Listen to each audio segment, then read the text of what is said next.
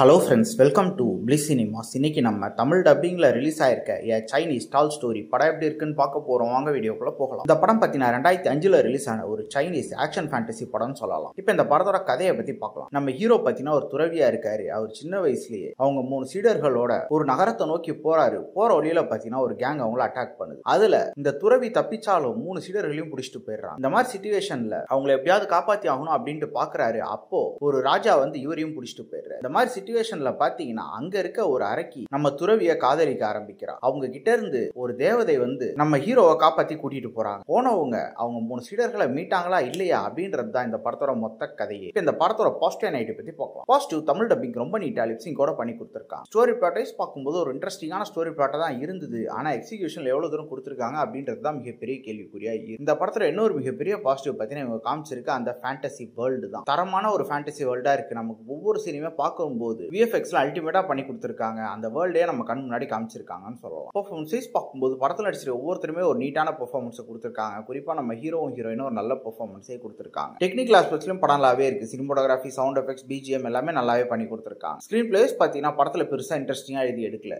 ஒரு நல்ல ஸ்டோரி பிளாட்டை எடுத்திருந்தாலும் அதுல நல்ல ஒரு பெர்ஃபார்மன்ஸே கொடுத்திருந்தாலும் இவங்க ஸ்கிரீன் பிளேல பயங்கரமா கோட்டை விட்டுருக்காங்கன்னு சொல்லலாம். பல சீன்ஸ் நமக்கு ப்ரெடிக்டபிளாவும் லேகிங்காவும் இருக்கதான் செய்யுது. அதனாலே இந்த படத்தை நம்மளால உட்காந்து சுவாரஸ்யமா பார்க்க முடியல. ஓவராலா பாத்தீங்கன்னா இது ஒரு ஒன் டைம் வாட்சபிள் படம் தான். வேணும்னா ட்ரை பண்ணி பாருங்க. இன்னொரு வீடியோல சந்திக்கலாம்.